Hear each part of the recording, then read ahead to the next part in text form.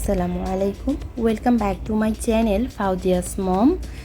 তো আজকে ফাউজিয়াস মম আপনাদের জন্য নিয়ে এসেছি মজাদার চিকেন রোস্টের রেসিপি। আর এটার অনেক রিকোয়েস্ট ছিল।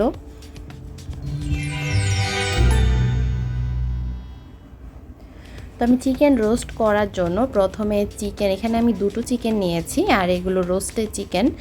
আর এখানে আমি আদা বাটা আর সামান্য লবণ দিয়ে এটাকে আমি ভালো করে মেখে ম্যারিনেট করে রাখবো কিছুক্ষণের জন্য। আর এটা ম্যারিনেট হতে হতে আমি এখানে রোস্টের জন্য একটা মশলা তৈরি করে নিচ্ছি। তার জন্য এখানে নিয়েছি কিশমিশ, নিয়েছি চীনাবাদাম, নিয়েছি স্টার এলাচ একটি, আর নিয়েছি জয়ত্রী 2 টুকরো, নিয়েছি কাজু বাদাম।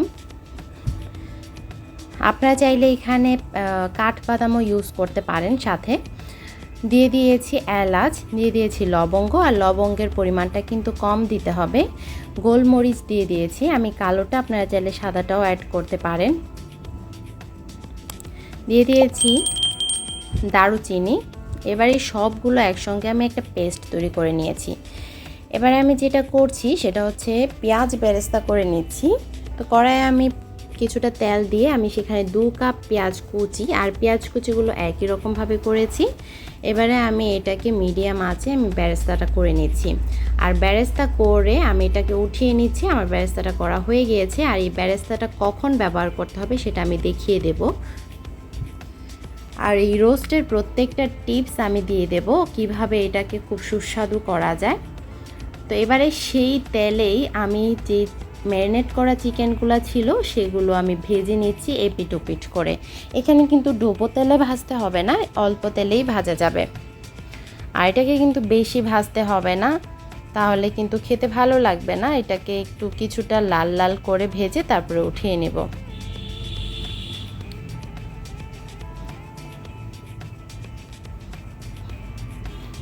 আমার এক পিঠ ভাজা হয়ে গিয়েছে, আমি উল্টে দিচ্ছি।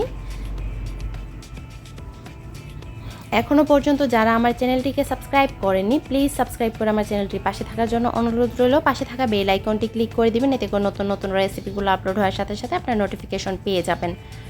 অলরেডি যারা সাবস্ক্রাইব করে আমার চ্যানেলটির পাশে রয়েছেন তাদেরকে অসংখ্য ধন্যবাদ আমাকে সাপোর্ট করার জন্য। আপনাদের সাপোর্টে আমি এতটুকু এগিয়ে আসতে পেরেছি। আশা করব আপনারা আরও সাপোর্ট দিবেন, আমি আরও এগিয়ে যাব।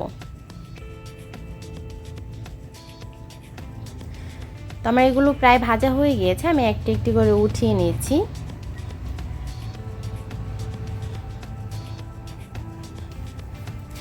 এবারে সেই তেলেই আরও কিছুটা তেল দিয়ে এখানে দিয়ে দিয়েছি 2 টেবিল চামচ পেঁয়াজ বাটা, আর দিয়ে দিচ্ছি পুরোটা পেস্ট।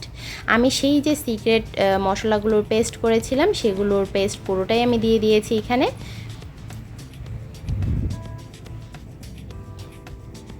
এবারে দিয়ে দিচ্ছি এখানে রসুন বাটা 1 টেবিল চামচ, দিয়ে দিচ্ছি আদা বাটা 1.5 টেবিল চামচ, দিয়ে দিচ্ছি জিরা বাটা 1 টেবিল চামচ, আর দিয়ে দিয়েছি ধনিয়া গুঁড়া 1 চা চামচ। এবার মশলাগুলোকে একটু মিশিয়ে দিচ্ছি, আর মিশিয়ে দিতে দিতে আমি আরও মশলাগুলো অ্যাড করছি। দিয়ে দিচ্ছি তেজপাতা 2-3টে, দিয়ে দিচ্ছি মরিচ গুঁড়া 1 চা চামচ।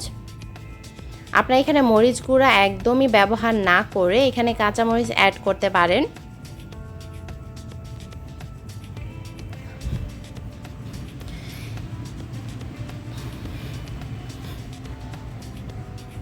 এবারে আমি যেই মশলাটা ব্লেন্ড করেছিলাম সেই জারে কিছুটা মশলা লেগেছিল, সেটা আমি ধুয়ে আমি পানি দিয়ে দিয়েছি কিছুটা।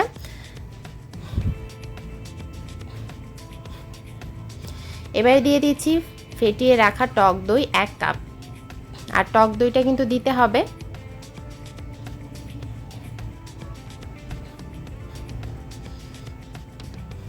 আর আমি এখানে কিন্তু আরও কিছুটা পানি দিয়ে দিয়েছিলাম।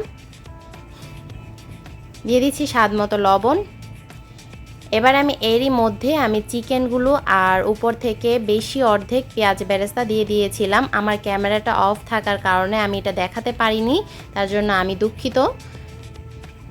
তো কিছুক্ষণ পর আমি নেড়ে চেড়ে দিচ্ছি যেন নিচ থেকে লেগে না যায়। আর এটা কিন্তু মিডিয়াম আঁচে করতে হবে আর কিছুক্ষণ পর পর নেড়ে দিতে হবে। এবার দিয়ে দিচ্ছি 2 টেবিল চামচ ঘি।